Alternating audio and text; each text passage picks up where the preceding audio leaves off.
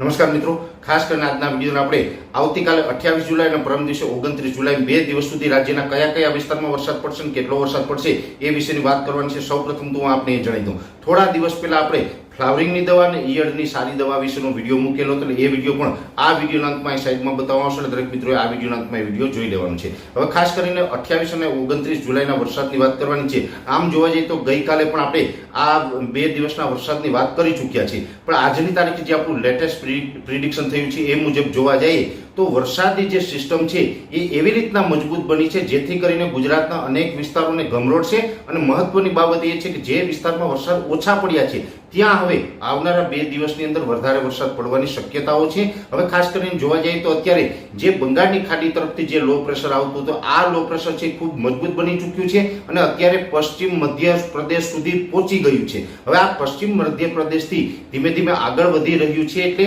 આ જે સિસ્ટમ છે એને કારણે 850 HPA લેવલે એક સિયોર ઝોન બની રહ્યો છે, ત્યાં ખૂબ સારો એવો ભેજ છે અને 700 HPA લેવલે એક સર્ક્યુલેશન બની રહ્યું છે। આ સર્ક્યુલેશનને કારણે આવતીકાલે 28 તારીખ અને પરમ દિવસે 29 તારીખ એમ 2 દિવસ સુધી અનેક વિસ્તારોની અંદર ભારેથી અતિ ભારે વરસાદની શક્યતાઓ છે, જેની અંદર ખાસ કરીને જોવા જઈએ તો કચ્છના મધ્ય કચ્છ અને પશ્ચિમ જે કચ્છના ભાગો છે એમાં છૂટાછવાયા એકલ દોકલ સેન્ટરમાં કે ઝાપટા પડે, બાકી કચ્છની અંદર બહુ વરસાદની શક્યતાઓ નથી દેખાતી। હા, કચ્છનો જે રાપર તાલુકોની એ સાઈડના વિસ્તારો છે, બન્ની વિસ્તાર હોય, વાગડ વિસ્તાર હોય, એ વિસ્તારોની અંદર મધ્યમથી સારા વરસાદો થઈ શકે છે આવનારા 2 દિવસ દરમિયાન। સૌરાષ્ટ્રની વાત કરવા જઈએ તો સૌરાષ્ટ્રની અંદર પણ મોટા ભાગના વિસ્તારોની અંદર છૂટાછવાયા ઝાપટાઓ હશે। સૌરાષ્ટ્રની અંદર જે વિસ્તારોમાં વરસાદ નથી થયો, જેમાં બોટાદ, ભાવનગરના અમુક વિસ્તારો છે અને સુરેન્દ્રનગર અને મોરબી જેવા વિસ્તારો છે, આ વિસ્તારોની અંદર પણ સારામાં સારો વરસાદ થાય તેવી શક્યતાઓ છે અને એકલ દોકલ સેન્ટરમાં અતિ તીવ્રતા સાથે અતિ ભારે વરસાદ પણ થઈ શકે છે। મોરબી સુરેન્દ્રનગરને પણ કદાચ આ રાઉન્ડ ગમરોડી શકે છે। હવે એ સાથે વાત કરવા જઈએ દક્ષિણ ગુજરાતની, તો દક્ષિણ ગુજરાતના સુરત, વલસાડ,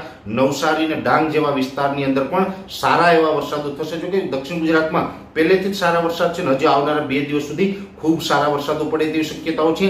મધ્ય ગુજરાતની અંદર આણંદ, નડિયાદ, બરોડા, કપડવંજ, અમદાવાદ, ગાંધીનગર અને ભાલ વિસ્તાર, આની અંદર પણ એકંદરે 28 અને 29 જુલાઈ 2 દિવસ સુધી સારામાં સારા વરસાદની શક્યતાઓ છે। અને ખાસ કરીને મધ્યપ્રદેશ બોર્ડર લાગુ વિસ્તારો છે, જેની અંદર મહીસાગર હોય, દાહોદ, ગોધરા અને છોટાઉદેપુર, આની અંદર પણ એકંદરે 2 થી લઈ અને 3-4 ઇંચ સુધીના વરસાદો પડે તેવી શક્યતાઓ છે। અને ઉત્તર ગુજરાતના જે અરવલ્લી હોય અથવા તો બનાસકાંઠા, સાબરકાંઠા, પાટણ અને મહેસાણા, આ જે તમામ જિલ્લા છે એમાં પણ આવનારા 2 દિવસ દરમિયાન ખૂબ સારા વરસાદો પડે તેવી શક્યતાઓ અત્યારે દેખાઈ રહી છે।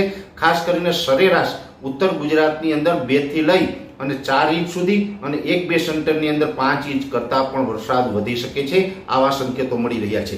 મોરબી, સુરેન્દ્રનગરની અંદર પણ મોટા ભાગના વિસ્તારોની અંદર 3 થી લઈને 5 ઇંચ અને ઘણા વિસ્તારોની અંદર 6-7 ઇંચ સુધીના પણ વરસાદની શક્યતા અમે માની રહ્યા છીએ। એવી જ રીતે બોટાદ, ભાવનગરની અંદર પણ સારા વરસાદો પડશે અને દક્ષિણ ગુજરાતની અંદર પણ એવી રીતે 4 થી લઈને 5 ઇંચ સુધીના વરસાદો પડશે। એટલે એકંદર જોવા જઈએ તો ગુજરાતના જે વિસ્તારોમાં વરસાદો નથી અથવા તો ઓછા છે એની અંદર હવે આવનારા 2 દિવસ સારા વરસાદ પડે તેવી શક્યતાઓ છે। ખાસ કરીને પશ્ચિમ સૌરાષ્ટ્ર હોય, જેમાં જામનગર, દ્વારકા, પોરબંદર, જુનાગઢ, ગીર સોમનાથ, એમાં કદાચ છૂટાછવાયા રેડા ઝાપટા પડે, બાકી એમાં બહુ કંઈ ખતરો નથી, એટલે એ વિસ્તારના ખેડૂતોએ બહુ ચિંતા કરવાની જરૂર નથી। એટલે આવનારા 2 દિવસ દરમિયાન આ રીતે વરસાદ પડશે અને આ વરસાદ દરમિયાન ગાજવીજનું પ્રમાણ પણ જોવા મળી શકે છે।